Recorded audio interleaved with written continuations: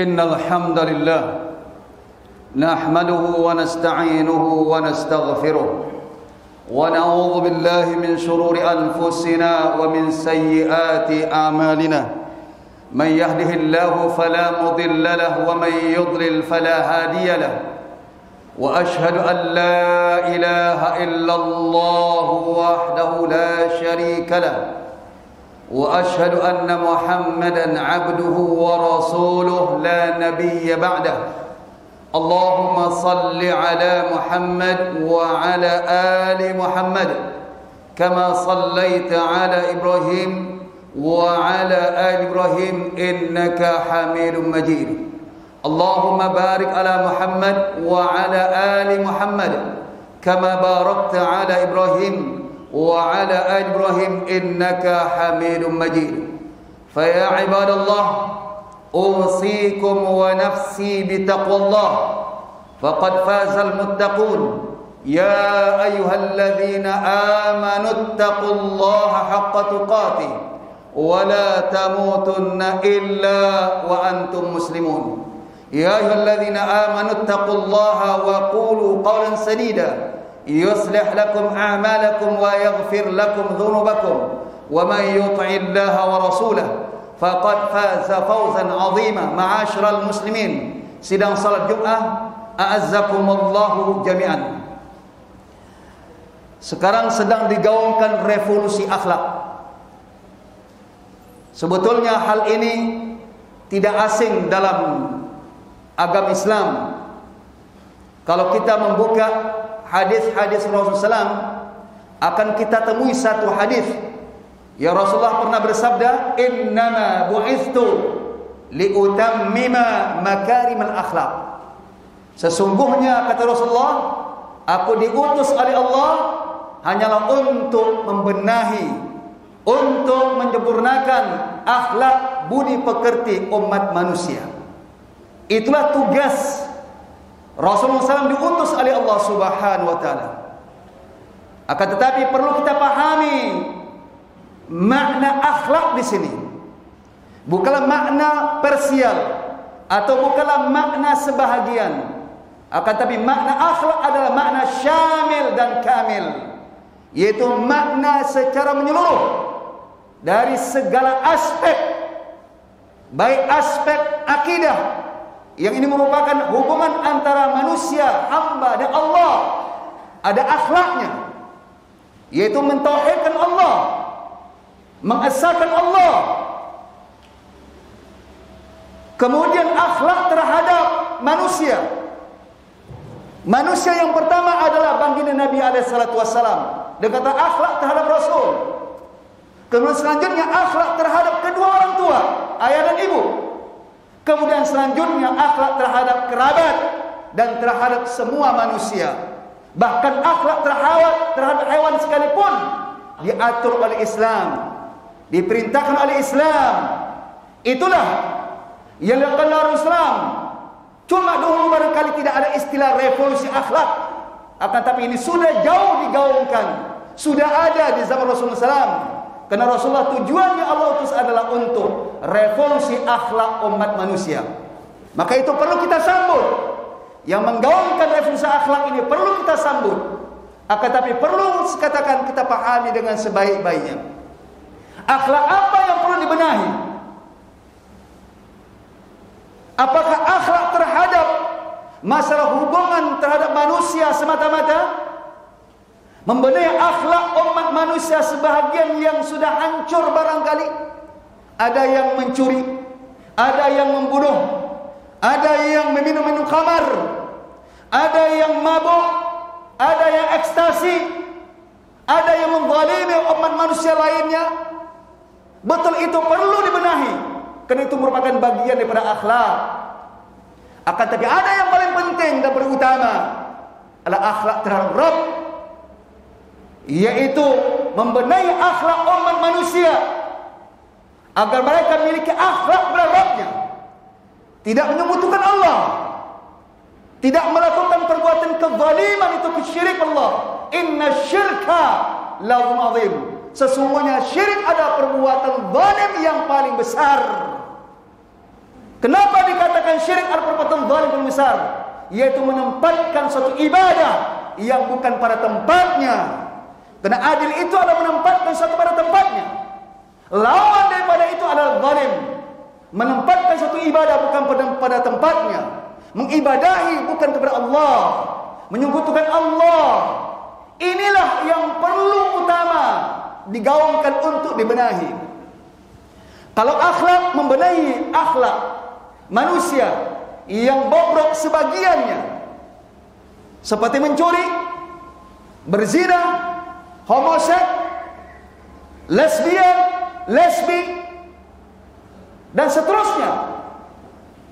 Semua umat paham itu haram hukumnya. Seawam-awam umat manusia, terutama orang Islam khususnya, mereka paham itu haram hukumnya. Mencuri itu haram, berzina itu haram, liwat itu haram, lesbian itu haram, khamar itu haram, ekstasi itu haram.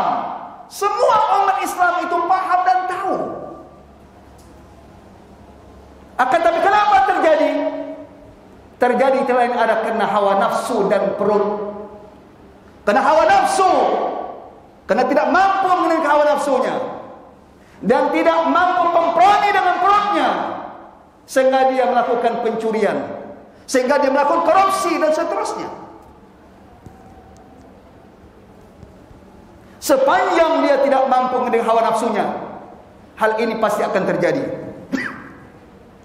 Ma'asyiral muslimin jazakumullahu jami'an. Berbeda dengan terkait dengan kesyirikan. Kenapa ada sebagian umat ini, bahkan saya kira bukan hanya satu dua, yang berani terhadap api neraka, berani terhadap menantang hal-hal yang bersifat agama.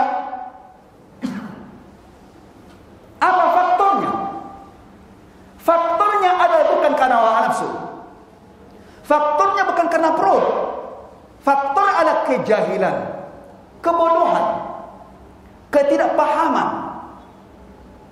Inilah yang perlu utama untuk diluruskan, untuk dibenahi umat dengan melalui pengajian-pengajian, taklim-taklim di mimbar-mimbar seperti ini, untuk disampaikan agar mereka bisa paham tentang masalah akhlak, masalah agama yang hak, sehingga mereka tidak melanggar hal-hal disebabkan oleh kejahilan, disebabkan oleh kebodohan. Karena ini sangat menentukan kehidupan di akhirat. Ibadah apapun dilakukan, jika kesyirikan, kekufuran dilakukan, maka ibadah itu tidak akan diterima oleh Allah Subhanahu wa taala. Innallaha la yaghfiru an yushraka bihi wa yaghfiru ma duna dzalika liman yasha. Sesungguhnya Allah Subhanahu wa taala tidak akan mengampuni dosa orang yang melakukan kesyirikan, kekufuran Allah Subhanahu wa taala. Akan tapi Allah akan ampuni dosa selain itu. Dosa zina bisa Allah akan ampuni. Arti kata, kalau dia mati dalam keadaan syirik dan kufur Allah Subhanahu wa taala, maka dia akan tidak mendapatkan ampunan Allah Subhanahu wa taala. Akan tetapi kalau dia mati dengan membuat dosa begitu banyak barangkali, sementara dia memiliki tauhid yang lurus, tidak menyekutukan Allah, tidak melecehkan agama Allah, maka semua itu tahta masyiatillah, kemungkinan Allah akan ampuni. Allah rahmatnya maha luas. Kita perhatikan dalam suatu hadis kursi, ya bani Adam, Allah berfirman dalam hadis kursi, ya bani Adam, law ataitani biqurabil ardi khataya wala tusyriku bi la ataitu biqurabiha maghfiratan. Ya bani Adam, wahai anak cucu Adam, kata Allah, "Lau ataitani biqurabil ardh khataya." Kalau kau datang menghadap aku membawa dosa sepenuh bumi, la ataitu biqurabiha maghfiratan, dan kamu tidak melakukan syirik kepada aku, kata Allah. La wala tusyriku bi, dan kamu tidak melakukan aku, tidak melakukan syirik kekufuran. La ataitu biqurabiha maghfiratan, niscaya pasti akan aku datangkan sepenuh bumi keampunan dari Allah Subhanahu wa taala. Begitu bencinya Allah terhadap perbuatan kezaliman yang itu besar adalah kekufuran dan kesyirikan Allah Subhanahu wa taala. Inilah yang perlu utama untuk dibenahi, yang perlu digaungkan. Tidak hanya satu sisi yang sebagaimana saya sampaikan, membenahi akhlak terhadap akhlak perzinahan, akhlak mencuri, orang suka mencuri dan seterusnya. Saya katakan betul itu dosa besar. Akan tapi ini semua orang paham dan ngerti. Tidak ada yang tidak paham. Tapi itu masalah perut dan hawa nafsu. Akan tapi kekufuran, kesyirikan, istihza terhadap Allah, berani terhadap api neraka, menjadikan permainan dalam kehidupan ini, dijadikan pelecehan, dan itu merupakan membawa kepada kekufuran Allah Subhanahu wa taala. Kita kasihan. Kita kasihan karena kebodohannya. Ini yang perlu dibenahi oleh para pemuka agama yang paham agama. Kita tidak bisa terlalu berharap kepada pemerintah, karena pemerintah lebih fokus kepada masalah dunia, bukan masalah agama. Sementara pemerintah tidak mengekang para dai untuk berdakwah. Selama pemerintah tidak mengekang untuk berdakwah, kenapa kita tidak jadikan kesempatan untuk berdakwah hal-hal yang semacam ini? Biarkan pemerintah menjalankan kekuasaannya. Semua itu mereka akan bertanggung jawab dengan Allah Subhanahu wa taala, daripada menimbulkan perpecahan dan keributan. Masih bisa dilakukan pembenahan umat, karena pemimpin yang baik akan lahir daripada umat yang baik. Sepanjang selama umat itu tidak baik, sepanjang itulah pemimpin akan lahir sama seperti masyarakatnya. Maka jangan disalahkan. Jangan disalahkan lahir pemimpin yang tidak adil, pemimpin yang zalim, dianggap zalim, pemimpin yang tidak perhatian terhadap agama Islam. Kenapa? Tanyakan diri kita masing-masing. Tanyakan rakyat, tanyakan masyarakat. Apakah akidah kita sudah benar daripada akidah pemimpin? Apakah pemahaman agama kita sudah melebihi pemahaman pemimpin, pemahaman penguasa? Saya kira tidak akan jauh berbeda dari pemimpin yang ada.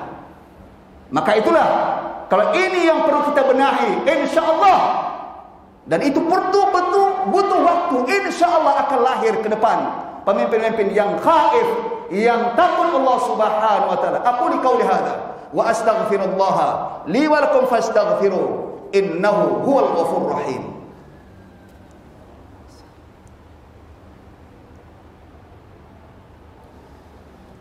Alhamdulillahi rabbil alamin, wassalatu wassalamu ala asyrafil anbiya'i wal mursalin wa ala alihi wa ashabihi ajma'in wa man tabi'ahum bi ihsanin ila yaumiddin.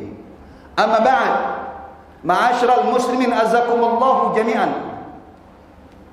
Masih banyak hal yang penting untuk dibenahi di tengah-tengah umat Islam ini, khususnya yaitu masalah akidah. Saya sampaikan, maka itu tujuan Allah utus para nabi rasul adalah masalah terkait akhlak Allah, dan kata ada terkait dengan akidah. Itu yang pertama dibenahi oleh para nabi rasul. Nabi kita berdakwah lebih kurang 13 tahun di kota Madinah, di kota Makkah, untuk membenahi masalah hubungan manusia dengan Allah, yaitu masalah akhlak kepada Allah. Dan kata adalah ketauhidan, kepada Allah Subhanahu wa taala. Tentu akidah tidak hanya pengertian sempit, akan tapi pembahasan akidah begitu luas.